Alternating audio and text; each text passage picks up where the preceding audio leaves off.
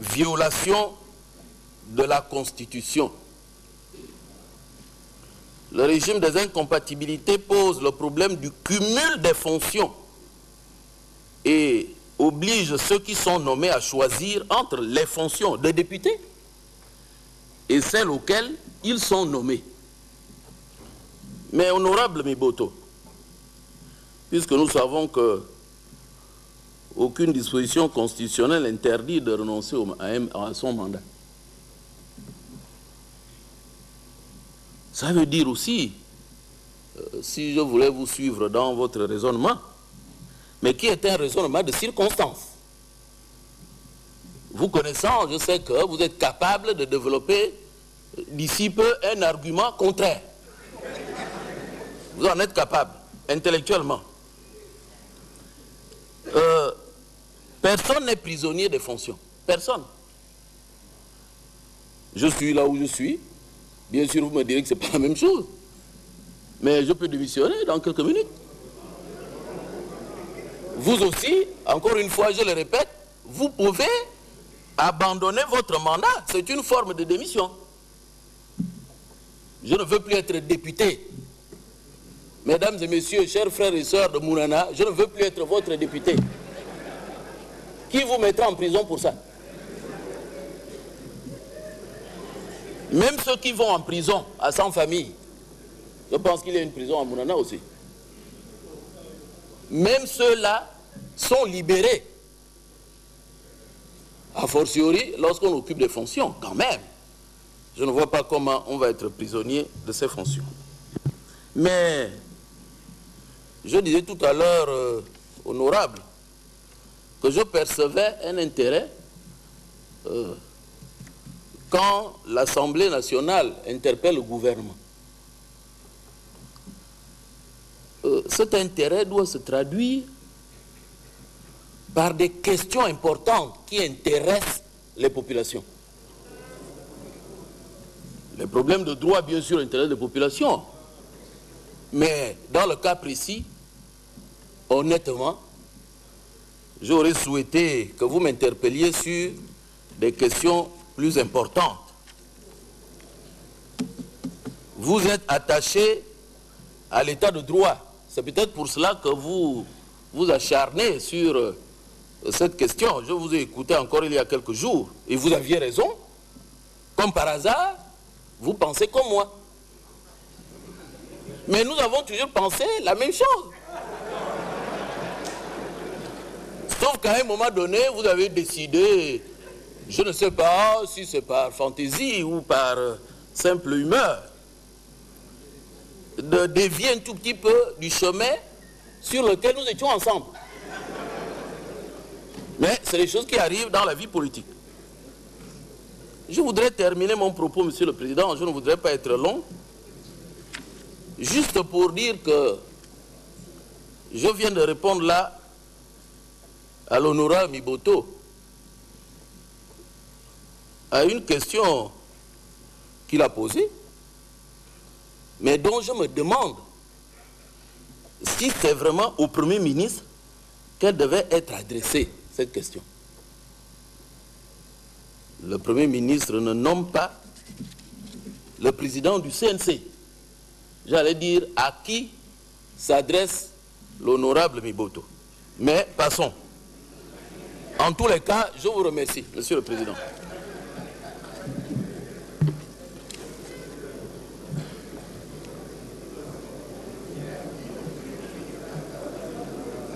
Un peu de silence, s'il vous plaît. Bien, je vous remercie, Monsieur le Premier ministre. Une petite correction tout de même. Mon collègue Zachary Miboto est ici un président du groupe des forces de changement et non président de l'UGDD. Voilà. Maintenant, je vais m'adresser à mon collègue, le président Zachary Miboto, s'il souhaite réagir à la suite de la réponse de Monsieur le Premier ministre. Le sourire vaut approbation.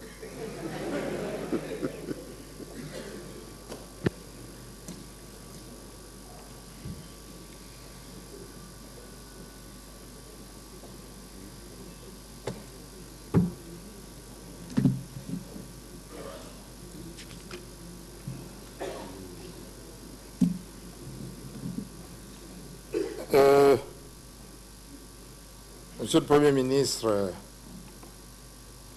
je viens de vous suivre, mais j'ai en face de moi le Premier ministre de la République gabonaise. Et lorsque j'entends dire que j'aurais pu vous interpeller pour une question plus importante que celle portant sur la violation de la Constitution de la République, je ne sais plus dans quel état nous nous trouvons. Ça, c'est fondamental. Et mieux, je dirais que c'est très grave. C'est très, très grave, Monsieur le Premier ministre. Parce que, et tout à l'heure je le dirai, mais la Constitution est à la base de tout, aussi bien sur le plan économique, social, culturel que politique. Donc, vous me reprochez, à moi, député, d'aimer la Constitution.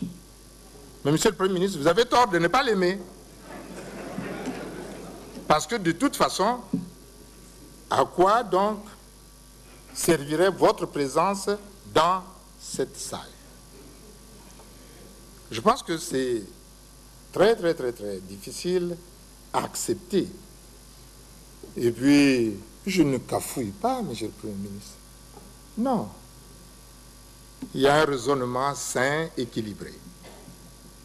Et tout à l'heure, je vais pouvoir vous le démontrer. Oui, un député peut partir de l'Assemblée nationale de lui-même, comme il peut être exclu. Mais moi, je l'ai fait en 2005, Monsieur le Premier ministre. J'étais député PDG. Mais qu'est-ce que j'ai fait? J'ai suivi les formes pour partir, parce que j'étais investi par le PDG. J'ai donc écrit au secrétaire général du parti pour lui dire que j'ai démissionné du PDG parce que j'allais créer une formation politique. Et automatiquement, dès l'instant où j'ai engagé cette procédure, mais cette procédure vaut automatiquement démission du mandat qui m'a été accordé par le parti. Et mieux, je suis allé à Mounana et je suis allé leur remettre mon mandat pour leur dire, chers compatriotes, vous m'aviez élu en 2001 pour telle et telle autre raison, je viens de quitter le PDG, automatiquement donc je perds mon mandat et je viens naturellement vous le remettre et je ne me présenterai pas pour la prochaine élection partielle. Je l'ai fait, je sais. Mais ce n'est pas ce qui s'est passé, Monsieur le Premier ministre. Alors, je voudrais justement, avant de réagir aux réponses que vous venez de faire, rappeler que la Constitution est la loi fondamentale de notre pays. C'est la mère de toutes les autres lois qui, du reste, partent d'elle, quel que soit leur domaine de compétence, économique, social, culturel ou politique, comme je l'ai dit tout à l'heure. Il en est de même des actes réglementaires, décrets, arrêtés et autres, qui sont toujours pris avec référence à la Constitution. Mais Monsieur le Premier ministre, c'est ce que vous faites tous les jours dans vos actes. Et puis vous n'aimez pas la Constitution. Il y a contradiction.